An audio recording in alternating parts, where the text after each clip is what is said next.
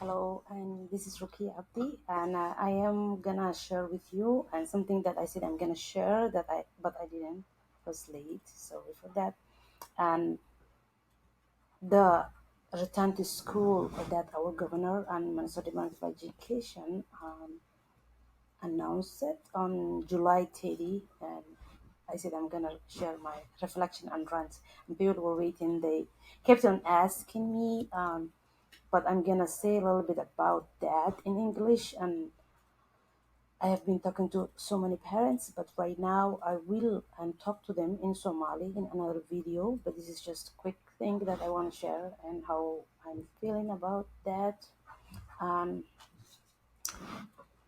I the reason I was late first is like because that day after that day there was a big holiday that we had in 3 days, kind of busy with family.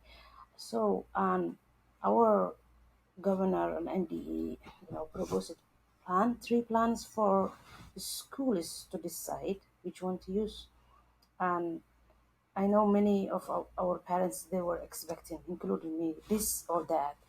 But it looks like our parents are still in limbo on what to do or where to go.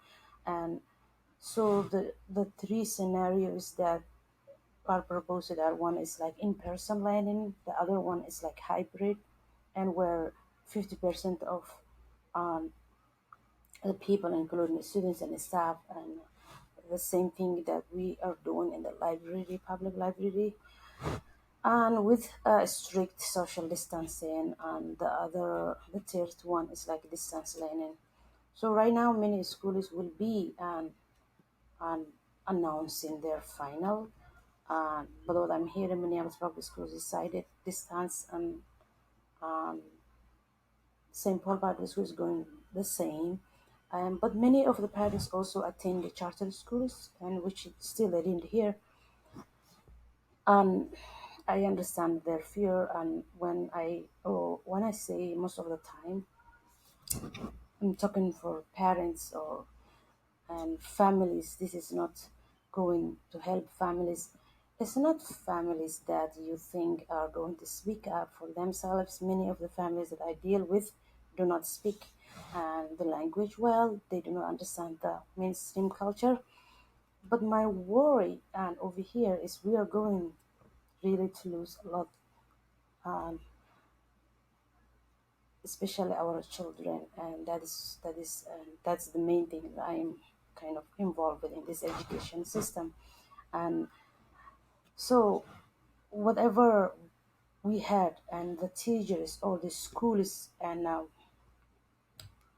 will announce by like at least one, if they didn't do right now, 1 week before the start of the school, which is I think, and the charters will decide their own. But then September 8th is the official. So 1 week, parents will be hearing 1 week before. Um, Again, the parents are still uncertain, including me. Um, I know most of the high school students are going to be distance learning. The children are also going to be in elementary. They will be going to school, as we see, and also and the models that are proposed will can change anytime between now and September 8th, or even and when the semester starts, like the school year starts, anytime. And what will decide that is, and it will be the our leaders will use data to decide whether a certain school should be closed or not. Um, I also heard that there will be many translated material so that parents can understand what's going on. And one thing that I want to share is, and first, our youth, and they really lost and their lives. I'm not sure how what's happening is gonna help, right? And there is a data that I'm hearing that's going to decide everything over here. And the communities of black, indigenous, and people of color, whatever, just put together BIPOC. I don't know what label we have and for what reason. Whatever the reason is, data is not gonna work, because you data means you have a numbers that then that you are going to decide, right? We had a tent, big tent, but and outside of City Riverside, so that and the community will come and get tested, free testing for everybody. Because what a lot of parents and families, when I say parents, I mean families or community members, and told me and shared with me their consent that, oh, we don't want to go into that tent. Yes, some people went, of course, but I'm telling you that there is a huge thing that we needed to do in order to work for these disadvantaged families, disadvantaged community, neglected community. I'm saying that because right now, the elementary kids are, and we had a research, whatever, that they are not gonna be and spreading. And last week I and kind of and visited some families who and got sick with the virus and have children under 10 years, and these things are not going to be out. Nobody's going to share with you. Those people don't like to be counted.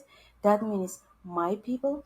And I don't know and what the people are thinking, but even members of my own community are scared to death to come to see the Riverside, for example, right? So these people are in a hotspot, they are in dangerous. So looking at all this proposed thing, and my community is already dead because, and you will do a change when you see numbers. You're not gonna see number. However, I'm hoping, and that doesn't happen. And I was asked by many friends that you said you're gonna express your frustration, rant, and I will tell you, and if you know me, you know me. If you don't know me, and I I talk passionately, energetically when I have hope. My hope right now is everything uncertain. It's like shrink it.